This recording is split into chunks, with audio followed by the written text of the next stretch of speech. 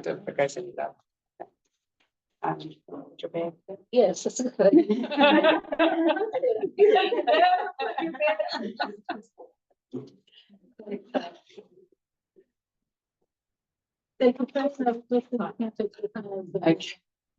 Okay, so firstly, Victoria, thank you, and to your daughter, and really thank you to all the family, because this is such an important part of Rebbetzin Gottlieb's space in London, and it really is. So whenever we're here, the first place that I usually make a call to is that I say, we have to go to Victoria's, and that's really not from me only, it's from Rebbetzin Gottlieb is very much part, and she walked us. We haven't been here for a long time, so we'll have to make sure that we do this really again.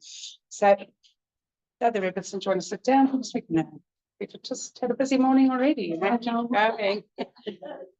But it really is a pleasure, and there are just a couple of things. Firstly, we are Nicole. Firstly, we are sadly on day 614.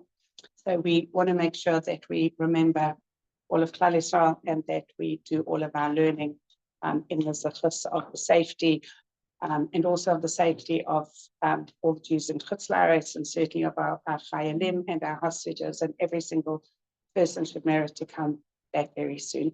And keep with me, for those of you who don't know, we'll talk about it afterwards, about our Bayit, we'll call Bayit, but we know that this is another one of the little projects. And I'm just going to start off by saying, I'm going to remember, I usually always thank those people that helped me in the endeavors. And this time I say thank you, HaKadosh Baruch Hu, for putting me on the next step of, and the next step is been in this house through JLE, 11 years, nearly 20 years at Seed, and now we're on to the next, and we should always remain coming to your home with it.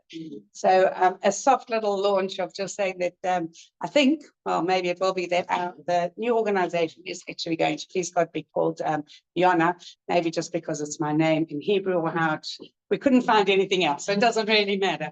But as I said this morning, do we spell it with Y-O-N-A or with an H? And one of my trustees says, well, of course an H, because you've got to have a HaKadosh Baruch Hu, you've got to have Hashem in everything that we do. And I said, isn't that ridiculous that wasn't my first thought? You know, because one of the things that we always say is that we don't work for any organization or anything. We're working for HaKadosh Baruch Hu and making sure that we remain and are always inspired in order to continue and share our inspiration, and that it should always be that ripple effect. So I have to say that there's nobody better to be able to come and do that for us than Rebbetzin Gottlieb. And we had just this morning of having Rabbi Gottlieb as well, and he will be speaking again at 7:30 tonight, and then 8:30 Rebbetzin Gottlieb. So we have one full day of really taking every opportunity of inspiring ourselves to continue to inspire everybody else. And thank you. So let's go. Thank you. Okay, so you all sometimes read anti-Semitic stuff that they write about us in the paper. Yes? What do they say about us? They just hate us, and I don't think they know why. No. What do they say in the newspaper? What are the words they use? The words? Genocide. We're cruel, we're genocidal, okay? We're evil.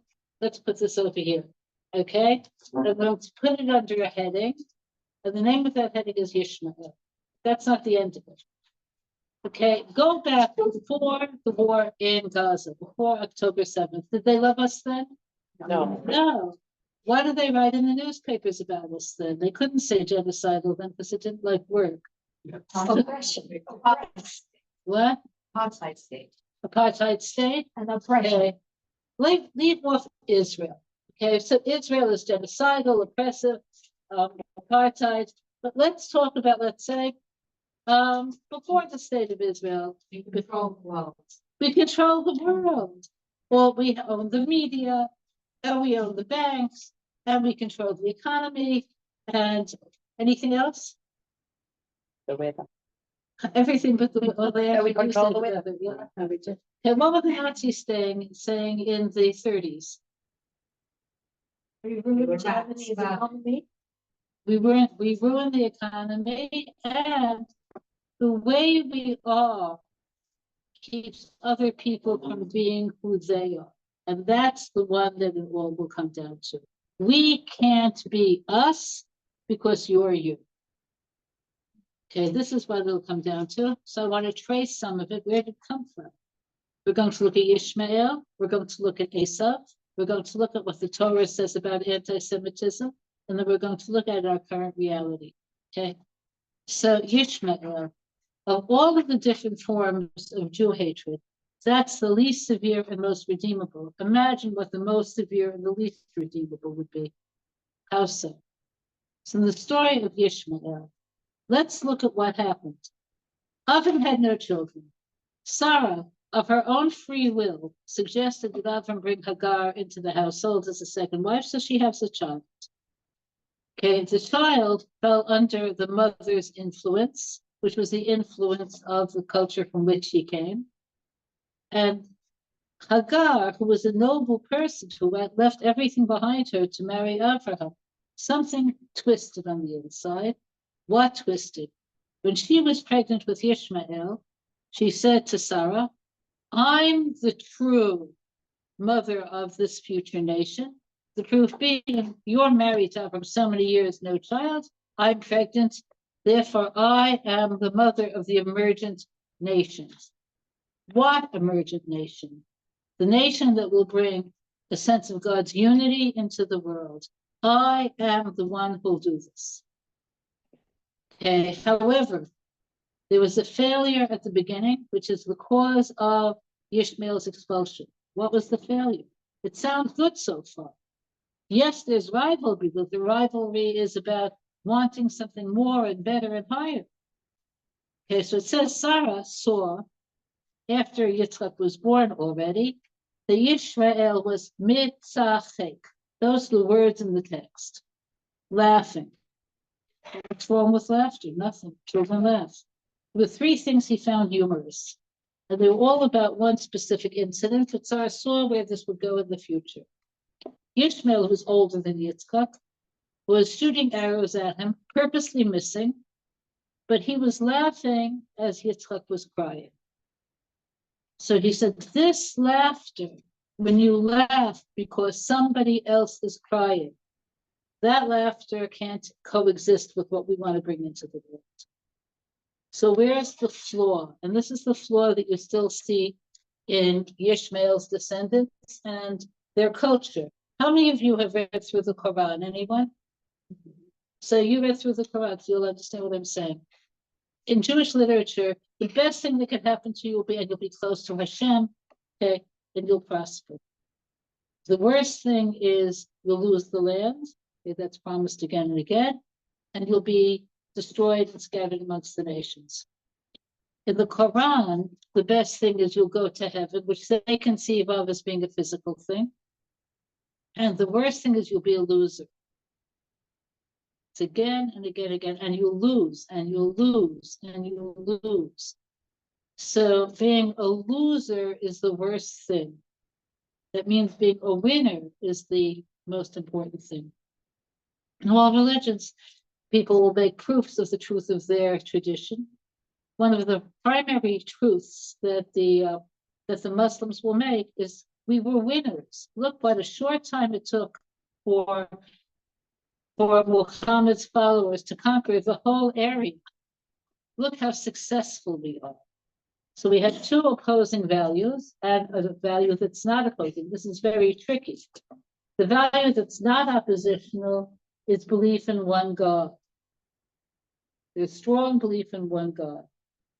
The oppositional views is if you believe in one God, you'll be a winner, as opposed to if you believe in one God, you'll be similar to him. These views are oppositional. So Sarah had Hagar and Ishmael expelled from the household, as we know. And what happened to them? Hagar went back to Egypt. Ishmael remained in the desert, eventually married an Egyptian woman. But it says he became, and these are the words of the text, Pera Adam.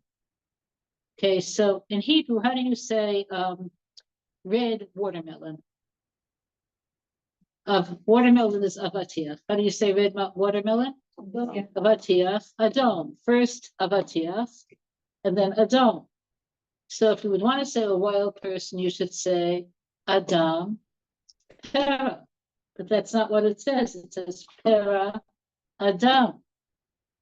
First wild and then man. He's a wild thing that's a man. So in nature, those of you who study biological evolution or have, know what does nature want? This is grass, this is animals, this is they want, nature is about survival. It's about winning. It's not about losing. The primary will of the Ishmaelites, like nature, like animals, like grass, like whatever, is survival and winning. There's also great belief in God, but their most primary wish, Pera Adam. Yes, Adam, but Pera, is survival and winning. So as you know, when you look at Ishmaelite history, the way Islam, which arrived on the scene with the Ishmaelites relatively recently, Islam only developed in 613. That was just yesterday. But the mitos were there all along. Okay, but the belief system is you're either with us, in which case you deserve to live, or you're against us, in which case you deserve to die. Or you could be with us, but be a loser. You could be Dami, you could be a loser. Okay, so this is their relationship to us. Now, I told you there's good and bad here, because it's redeemable. It's not like Asa. What was the end of Yishmael's story? When does he appear next? We left in the desert Pera Adam. When does he appear next? Do you know? At the Akedah. Okay, Avram went to sacrifice Yitzchak with his young men. Who were they? Eliezer and Yishmael, who had done Shuvah and came back. And he gave Yitzchak precedence. When Avram died, he said, you go first. Okay, so he accepted being number two, which for them is almost a complete 180-degree circle. We'll accept being number two. He did Shuvah. Could they do Shuvah in the future? Yes. Have they shown any signs of doing Shuvah as to this minute? Absolutely not. So there's no covenant with them, unlike with the Jews, where Hashem promises that in the end we will do Shuvah. Whether they do Shuvah or not is up to them. And so far there is no signs of their doing Shuvah whatsoever. So the Pera has won over the Adam. And this is the reason for their extreme anti-Semitism. Maharal predicted that the last battle for our survival in exile, which we'll talk about more when we talk about Esav and the Torah, will be over the land. Over the land, which is that true now? All of the accusations go back to Israel. They don't say we're committing genocide in Holland. They don't say we're committing genocide in Africa. It's over the land. Okay? Why? Because a basic belief of theirs is once they conquer a land for themselves, they can't lose it again. That turns them into what? Losers. So one of the failures of the Israeli governments, which now there's a little bit more light is there, is they can't say yes. They can't. It's not just against their political reality, it's against their nature. And this is part of Hashem's greater plan also for reasons we'll discuss when we talk about what the Torah says about this.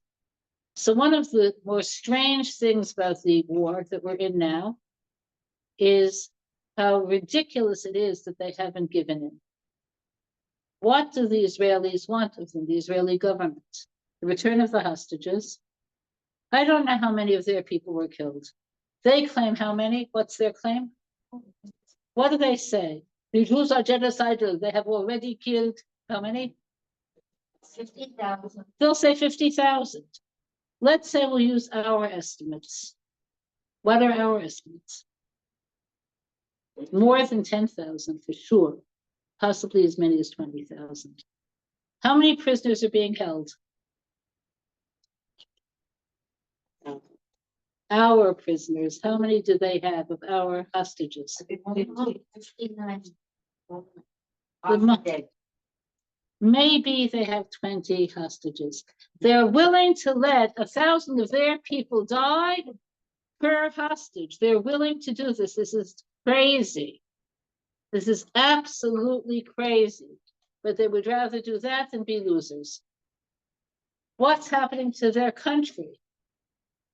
Have you seen pictures of what's going on there? Okay, they would rather have it destroyed than have the government step down. To them, even if the government has no country to govern, that's better than what? Than stepping down. This is how they are. This is how they've always been. Okay. Compromising with them does not work. The countries with whom we do have some degree of peace, like Jordan, like Egypt, why are they at peace with us? Pure fear. Okay, clear? So now we have a picture of this form of anti-Semitism. And to gain world sympathy, they'll talk about the genocide, etc., etc. They don't care about that. The proof is that they don't end the war. It's what they're selling to the descendants of Asa. So we have to talk about that brand of anti-Semitism, which is completely different. Okay, so you have Yaakov and Asa, and they're twins. And had different choices been made, their twinship could have worked out as mutual success. What could it have been like? So when the Jews were encamped in the desert, you had the ark in the middle, the Mishkan in the middle, and on each one of the four sides was a different group of tribes. So when they would travel, they would move from the east, and then south, then west, then north. Okay, who was in the east? Who were the leaders? Yehuda, Yisachar, and Zevulun. Those were the lead tribes. Those three tribes were also the bearers of the spiritual leadership in terms of Torah learning. Yisachar was the scholar. He was supported by Zevulun, and Yehuda led. Okay, Yisachar. That tribe was described as being binalitim. They understood the times. They can calculate Rosh Chodesh. They understood where to put Hashem in any situation. Zevulun was given the agricultural inheritance in Israel of the seacoast. They were in trade. They made money. They were respected. So they were partners. Yisachar and Zevulun were partners. You will take the soul, and I will take the body, and together we'll become a person, because a person is soul and body. A person isn't just body, and you can't be in this world just as soul. That could have been Yaakov and Esav. Okay, but Esav chose differently. He made other choices. He created what later the Greeks referred to as the human-centered world. Yes, I have strength, I have ability, and it's all for me. Yaakov conversely would say to God, it's all for you. And their father Yitzchak didn't realize this because Esav was the great deceptor. So I want to talk to you about great deceptions for a moment. Okay, we all grew up in Western culture, right? So there are the heroes and the villains. And how do they describe the heroes? They're noble. They're fighting for truth, justice, freedom. Okay, what are they fighting for actually? Money, success, dominance. Could you see where this is so? So, Joan of Arc. Who was Joan of Arc? She was a warrior girl in France. Okay, and some of you have seen pictures of her. She's wearing armor and then she takes off it. Okay, she was sainted by the church. Who was she fighting? Does anybody remember? No. Fighting became a goal in itself, but it's somehow ennobled. The Knights of King Arthur's table. Who are they fighting and why? The cowboys and Indians. What the Indians ever do with the cowboys? Okay, this is Western culture is all about violence, and it's all about self. And it's true intellectually. They believe all other intellectual traditions are primitive.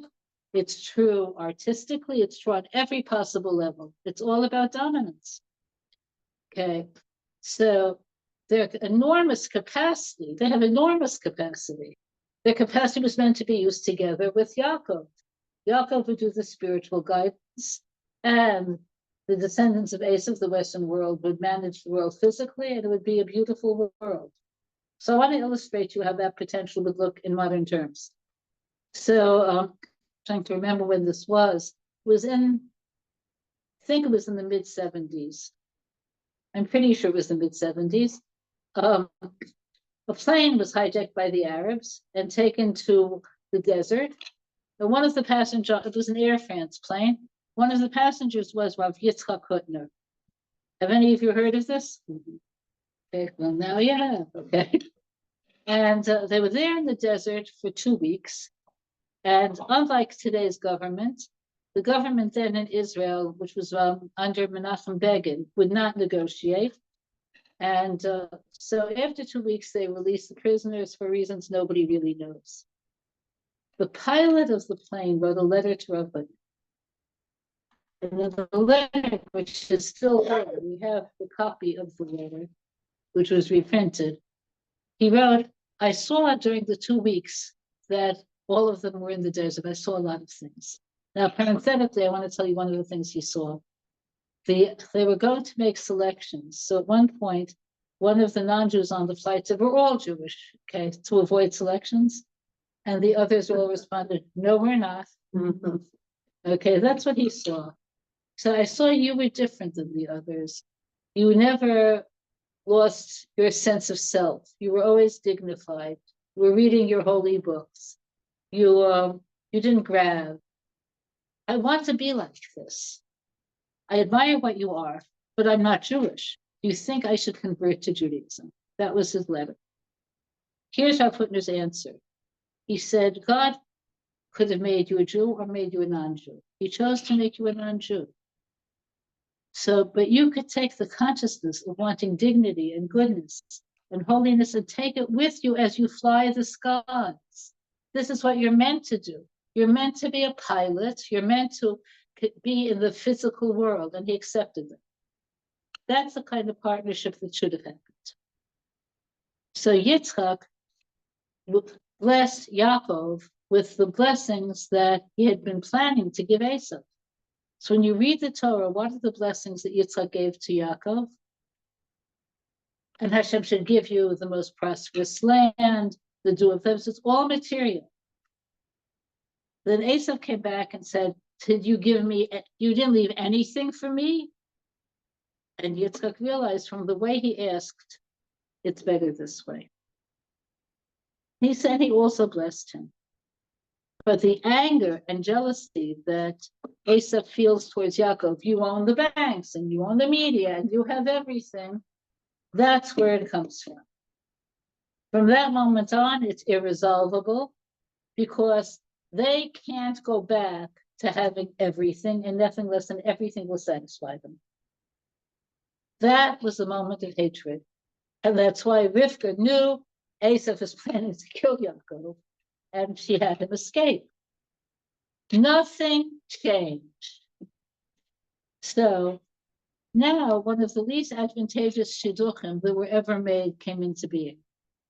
Ishmael saw that his wives were very displeasing to Rivka and Yitzchak because they were idolaters. And I said this wrong, I'm sorry. Esav saw that his wife was displeasing. So he took one of Ishmael's daughters as another wife to show that he's with the religious, spiritual types. So now we have people who are descendants of the worst shidduch in the world. Esav is a father, Ishmael's daughter is a mother. Look what wonderful children they have. Okay, so now we know on their side where their anti-Semitism comes from. That part's clear? Okay. Who runs the world? Not Esav, not Yaakov, Hashem. Okay, so the Torah discusses this. None of this was a surprise to Hashem. None of this is reality gone wild. You say the Shema every day. How many of you say the Shema every day? And the rest of you could lie. Okay. So if you say the Shema every day, which you should, okay, it has the word Shema Yisrael, Hashem Elokeinu, Hashem Echad, Baruch Shem, and then 2 paragraphs. The first one begins, V'ahavta et Hashem Elokecha b'chol levavcha b'chol nafshecha, love Hashem with your heart, with your soul. How does the second paragraph begin? V'haya'im, and if you do it, and it's talking to us collectively, not individually, if we do it, then Hashem will give us not only spiritual blessing, but also what? Material blessing. It'll come to us. It'll come to us. It doesn't have to go only to Esav. It'll come to us in order that we use the material world to serve him. And what will happen if we don't? It says, Hishamru lachem. Guard yourselves. Peniv televavchem, because your hearts may turn away. And then what will happen? It says, excuse, some of you even say the second paragraph of the Shema. What does it say? Everything will continue as normal? No. It says, okay,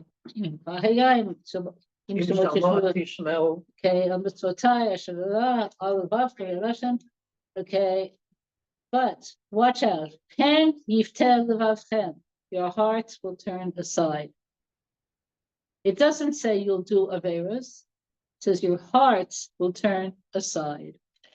We'll admire in our hearts, not serving Hashem, but relating to the world like Esav and Yishmael, being winners and being dominant. Before the Holocaust, a survey was done in Jewish schools in Poland, which were not predominantly necessarily Orthodox, but were Jewish. They asked the kids, if you weren't Jewish and you could be whatever you want, what group of people would you want to belong to? What did they say? What do you think? German. Everyone wanted to be like the Germans. They were the tops in science and art and entertainment and everything. After the Holocaust, a completely different survey was done. By the way, when you see surveys, always look at who gave the service. You can't always trust them. This was in the DP camps, and the purpose of the survey wasn't to see where people went idealistically. It was about trying to get them documentation so they could leave Europe and go to where they would settle. So they asked, where are you willing to go and what would you like to do? And the consistent answer was anything but Germany. So the idea is Hashem isn't going to let us lose our heart. A body can't function without a heart. So when we emotionally move towards the path of Yishmael and Esav, Hashem promised us that he's going to not let us succeed. And what will happen? We'll lose the land. Okay, that's what it says. Losing the land, wait a minute, that means we'll be amongst them. Why is that going to work? So we have to first learn who we aren't and what we don't want to be before we could relearn who we are and what we do. And that is the secret of anti-Semitism. We have to learn who we aren't and what we don't want to be. And then we could figure out who we are and what we want to be. And in this war, we saw it so dramatically. You've seen clips of the beginning of the war, the first days, the first month. Everybody at that time, they were interviewing people in the kibbutzim that were near the south border, who were liberal, who were trying to bring the Arabic world to a place where they would be integrated with the Jewish world in the secular state of Israel. What were they saying? They were saying it in words. What a mistake. What a mistake. They were saying this. They were interviewed again and again. Not other people said that this must be how they feel. They were saying it. Okay. I don't know how many of you have been to Israel to see it or whether you've seen clips of it. When people were trying to escape from the Nova Festival and they were on the roads, what happens? These are people who are trying to run away. They aren't people who are aggressively trying to conquer. What happened to them? They have a whole park where they have 1,000 burnt out cars. Anybody who was on the highway was killed. People who survived were not on the highway. So people realized, at least then we have no one to whom we could turn except Hashem. And people wanted to. We know who we're not. We want to know who we are. So there were people who were volunteering, who were going towards where the troops were with tzitzis, with tefillin. What do you think was happening? They were grabbed up. There was a time literally you couldn't buy tefillin in Tel Aviv because they were all sold out. Okay, my husband's son for years has been volunteering to bring tzitzis to the soldiers who want. So his idea of a lot of tzitzis was 600 pair. It was like, that wouldn't even last 5 minutes. They had girls in the seminaries going to these big auditoriums, helping make the tzitzit because nobody can keep up with the demand. Even now in Tel Aviv, you'll see guys wearing tzitzis without a kippah. I want to identify with the mitzvah. I'm not necessarily a das, but that's who I am. So we're in the process of relearning who we are. So anything that we could do, we're not in the forefront of the battle. Okay, what we could do is to help make being who we are something that's accessible and sweet and desirable. Okay, and the Torah promised all of this. So I gave you the example of the Shema.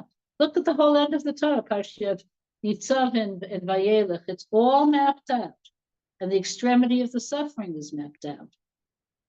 Back in Vayikra, Parshat Bechukotai, it's marked out. If you read the parsha, you'll see the terrible things that are promised to us in order to keep us from death. So the same way we understand when a person is really ill, there could be treatments that are terribly painful. But if that's what you need, it's better than death. Everything is better than death. Now, here's where understanding anti-Semitism creates another Messiah. And this is predicted in the Torah. The anti-Semites don't differentiate between the tzaddikim and the rishayim. So because of that, what will people think? Doesn't matter if you're good, doesn't matter if you're bad, doesn't matter if you want to be like them or want to be like us, nothing matters. It's predicted though. The reason why they're sent by Hashem, like in Egypt with the plague of the firstborn, Hashem instructed the angel of death, don't differentiate between one and the other. The Jews had to put the blood of the Korban Pesach on the dead to be saved. The reason is we have to see ourselves as a klal. So it's not me, the good one, I'll be saved, and you, the one who isn't so good one. No, we're a klal. We have to see ourselves as a klal, and then we'll be protected as a klal. If we don't see ourselves as a klal, then we see things that we can't bear seeing. We'll see things in which innocent people are killed, babies are killed, good people are killed, along with bad people. It's not like only the good are killed either, even though when you go to the cemetery for graveside services, you'll think, gosh, everybody was good. But no, okay. Some were good, some were bad, some were not. But the cruelty of our current enemy is something that's extreme. And part of the extremity is there to tell us that whatever we are, we have to maintain the traits of being Jewish. The first one of which is what? What's the sign of being Jewish in our midos? 3 signs, you know this.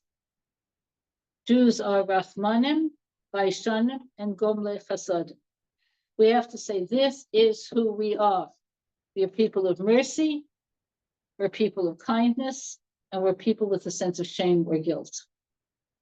This is where we have to move. This is what will unify us. So Rachmanim, when you hear about what happened and something touches your heart, then you're bringing about the Geula. And you could say a parak of Tehillim because you hear about the cruelty that touches your heart. And you don't say, oh, I don't like to listen to the news. It's like so annoying. But you let it hurt. And they're so cruel. So besides all of the physical acts of cruelty, the way they torture people emotionally. Just last week, we looked at the news that they told one of the prisoners who were not released, okay, when somebody one of his friends was released, tomorrow it'll be you, knowing they had no plans of doing him the next day. When they were speaking to Bibas, they said, your wife and children are killed, but don't worry, you'll have a better wife and better children in the future, which makes it almost impossible for him emotionally to remarry. You realize this. So this is done purposefully. We have to be people of compassion. When you feel, even if there's nothing you could do, if you feel, that creates unity. So even if your feeling is only manifest by saying a prayer or by saying, reading a parak of Tehillim, it creates unity. That means on the inside you say, I am them. Then there's also chasadim. We have to be doers.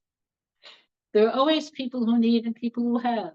You have to figure out what you have, whether it's financial, whether it's emotional, whether it's time, and give something that you have. And the last is baishanim. Baishanim literally means having a sense of shame. Want to hear a secret? We Jews aren't shy. Have you noticed this? When people say Jewish, they don't make Baishanim means also having a sense of shame, which another word for that is guilt. When you think of times you were ashamed, that means you knew you did something that you knew isn't right. Guilt is good for us. It has such a bad reputation. Okay. Guilt is gewaldig. Let's have it for guilt. Guilt keeps us on the straight and narrow as long as the things we feel guilty for are genuine values. So I want to give you an example of this. My mother grew up on the East Side in Manhattan, and her family was like many of the other Jewish families. The kids all went to school, they went to high school, they worked. A lot of the boys, less girls, but a lot of the boys went on to city college, got professions.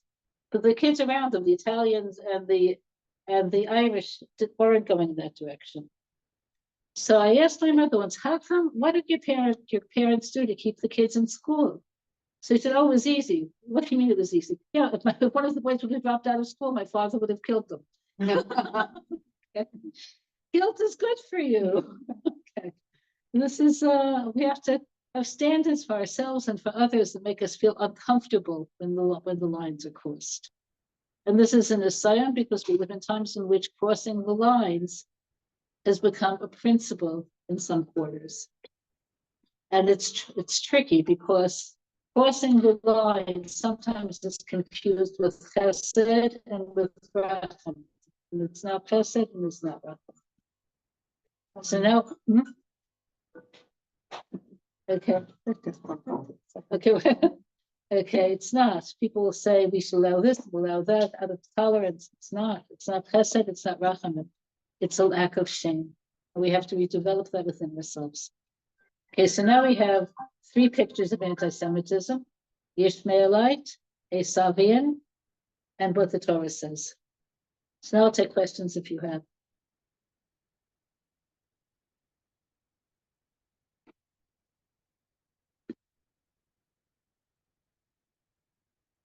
Do you predict that something, or do we have to wait for Mashiach for the shift to happen, or when the rest of the world will wake up to truth?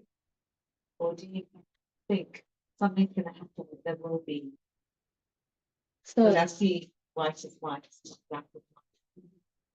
so there are several things that have to be said in that regard. One is that there's not real consensus about how things will happen because Hashem will orchestrate things to happen in terms of what's best for us at the time, which is a consequence of our free choice. However, here are some basic predictions, which again, they could shift. One is the Gra writes about the redemption taking place in stages. The first stage is what the Gra calls the stage of Mashiach ben Yosef, which is the physical return to the land. So he says there has to be a physical return in order the people see the level of hashgacha that only takes place in the land, which will draw them to a higher state of emunah.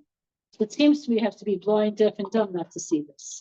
Or a physical return to the land, which is only partial, but it's still more than had taken place over 2,000 years, has drawn people closer to emunah. There's no question about it, especially after the current war. Okay. Another stage is when the people are ready in terms of wanting something else, which you could only tell if you could look into people's hearts. So then what will open them towards emunah could either be positive or negative. We don't know. Rambam, who's the only Rishon who writes about a predicted negative. But it doesn't have to be that way. In the books of prophecy, there are 2 possibilities there. When we're ready for something better, then Hashem will empower somebody who has the spiritual strength to lead us. So we're waiting for Mashiach, but we have to be in a state of readiness. The result of that will be the Jews will do tshuva, which I think we could see some beginnings of that. If the Jews do tshuva, that will affect the rest of the world. So there's a parable in Shir HaShirim. It says, well, all of Shir HaShirim is a parable, but this part of it is the great king says, come to my chamber. And the queen comes and she opens the door. So this is Hashem saying, come back to me. She's about to go in, but all of her serving women who are standing behind her, when she opens the door, they get a glimpse of the king. So similarly, the nations of the world, when we're in a state of redemption, they're going to want it and they're going to go after it.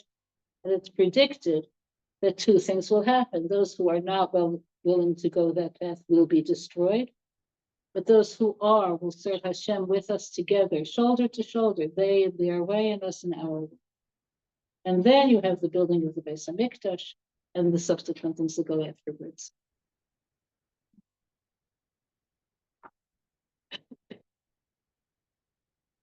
Yeah. How do we live our lives world today with feeling the way we do? The uncensored around feeling Yes. how we do. How do we find the spirit to keep going?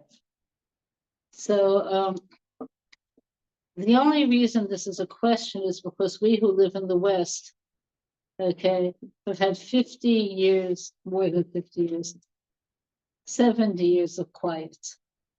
This is the exception, not the rule. So we're used to the exception. So in Israel, where our neighbors have never been good neighbors, how do people go on? They have no expectations of anything from the Arabs except hostility. And they do what they can to maintain a sense of, we'll do what we can. But the separateness they feel, there's no imitation of their culture, no desire to become more like them. The mosques are not full of Jews wanting to give the other side a chance. Okay. So the more you can have a strong sense of identity, and the less you expect, the easier it is to maintain your life without a great deal of anxiety. Can I just elaborate on the question? Yeah. Everything you said and everything you understand is all very rational. You know, we're living in times when evil is good and good is evil. Nothing really makes sense. I think I is that you sort of trying to. That is part of it, definitely. So like, it's not rational thinking. It's that nothing really makes sense. And before maybe it was a silent, dormant thing, but now the worlds are actually localizing it and acting that way. So it's like we're actually open. Yes. It's, you know, Hashem, we only have Hashem during our life. We Right. always knew that, but we see it more Right. now, feel it more now. Right.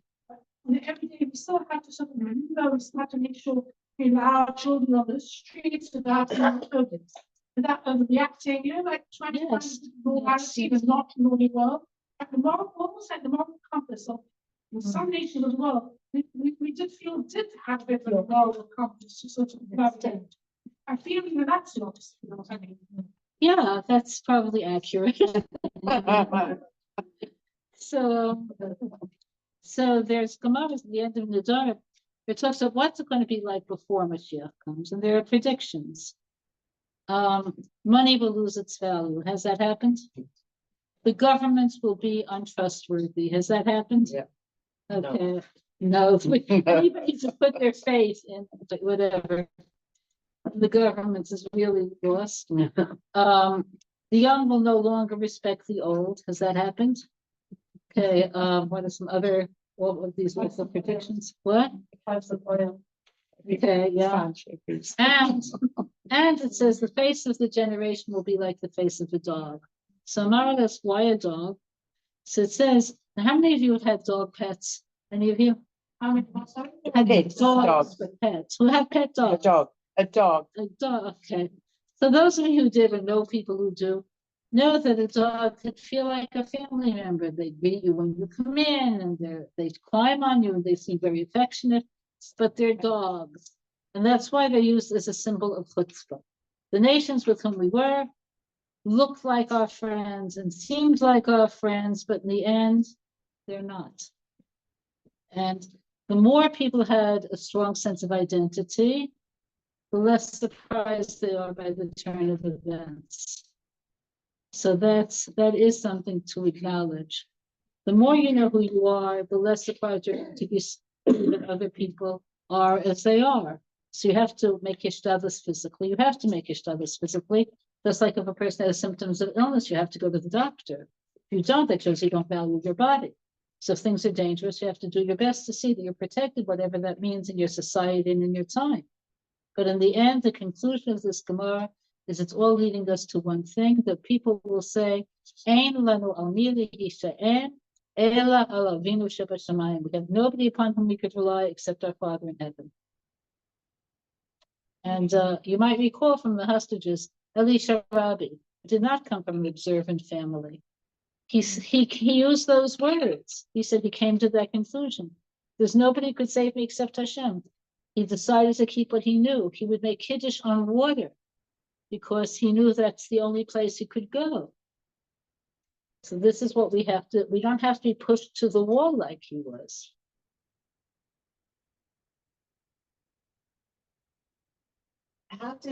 What's the impact of the disunity in Israel? This, and do you believe that there's a way of creating unity in Israel? The pattern is we did unite. Yeah. 6 months before the war, when Yitzchak Rothstein was predicting there's going to be a war because nothing else will unify us. And we did have a short period of unity at the beginning of the war, which is fading, and everybody has to do what they can do. So the basic rule in creating unity is we don't expect we're all going to agree. Jews don't agree with each other. That's the way it is. The Talmud says that the Jews are the most quarrelsome of all nations, and the Talmidei Chachamim are the most quarrelsome of all Jews. Okay, could you see where this is true? Maybe a little bit. Okay. So he explains the reason why. When Hashem created the world, he took together all of his midas and said, should I create humans? So Chesed said yes. But truth said no. Then humans never see the whole picture. No. So what did Hashem do? He picked up truth and he threw it violently towards the ground so that it shattered. So people find their piece of truth and they think it's all of truth. And because Jews care about truth, they violently oppose those whose piece of truth is different than their own. So the disagreement is not going to end. It'll only end with Mashiach. It's not that. So if you think we'll unify because we'll all suddenly agree with us, no, that won't happen. But you could disagree with somebody and still treat them with love and respect. That's what we have to try for.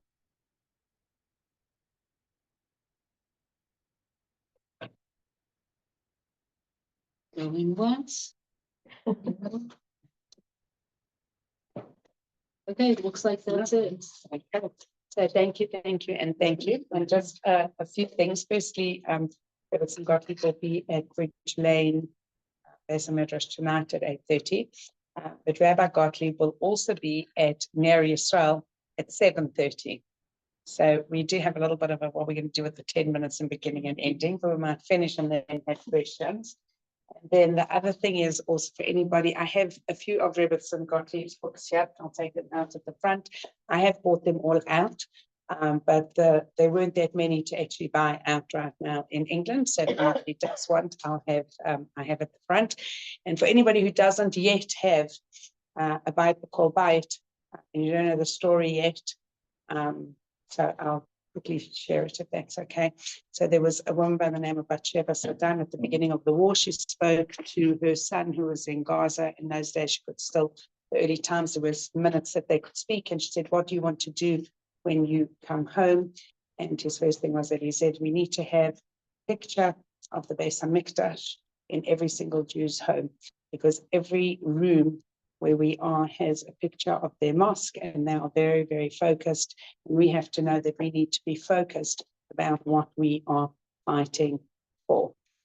And it's not the kaisel or the kotel, it is the full base of Mikdash. So in the zechut of Daniel Shimon ben Doron Eliezer, the project was begun in Yad Binyamin, and we had, and she brought together a picture that his mother Shelley had seen in Ramat Beit Shemesh, and was a picture of the base of Mikdash, and it arrived in her home on the Friday of day 161, and she said the pictures arrived, it's beautiful, it's a picture of the base of Mikdash. She wanted to have it in her house next to her Shabbos table. And she says, but who knows when it's going to ever be put up? A lot of Daniel's friends were in the house all the time, and Sunday morning she called me at 10 o'clock to say that the picture had actually been put up on the wall and was so beautiful. But at 5 o'clock on Sunday afternoon, which was day 163, she called to tell me that the IDF had actually come in to confirm that Daniel was in fact murdered as a commander of a tank that saved thousands of lives, but on day 163. And we said to her, you know, the truth is that it is day 613, and Daniel is together with HaKadosh Baruch Hu. And actually, I didn't mention this before, but Rebbetzin Rachel Silva actually said, when I told her, she said, tell Daniel's parents that this is a project that needs to continue. He loves this project. And that's why on that day, he let you know that he is safe with HaKadosh Baruch Hu. So to date, there are about 17,000 of these blocks which were made in Israel that are in people's homes, and I'm seeing all over the world. I've sent out personally PDFs of this where people have put them onto pictures, certificates, cushions, whatever, that people have given their own projects. And we've given out here in London about 3,000 fridge magnets. And what we do with that is that we ask people, there's a little QR code on a piece of paper, and you can send anything, £3, £5, whatever, but that money is used to buy gifts for Chayalot, who are there on our behalf to say thank you to them. And I don't know if I actually have enough cards, but we write them thank you cards as well and send the thank you cards, because really when they open up their bags, the value of the thank you card is incredible. And when people put their name and number, we know quite a few people who have actually made contact and are in contact with our Chayalot as well. So what we're doing here is building that inner strength. And yes, Hashem, and somebody said at the beginning of the war, you know, I said, asked them how they were, and they said, oh, you just put your head down and go forward. I said, don't you dare put your head up, and then you can walk forward. Because in places where we teach, where people aren't connected yet to their Torah, the antidote to anti-Semitism, certainly for ourselves, is learning and making sure that we instill in ourselves who we are and what we really stand for, and that we can share and spread. So once again, thank you. Thank you. Thank you for opening your home. Let's not share many more. Please make sure that everybody makes a bracha, okay? And has indeed make your brachas, and that we should be zoicha only for good things. Yes. Okay.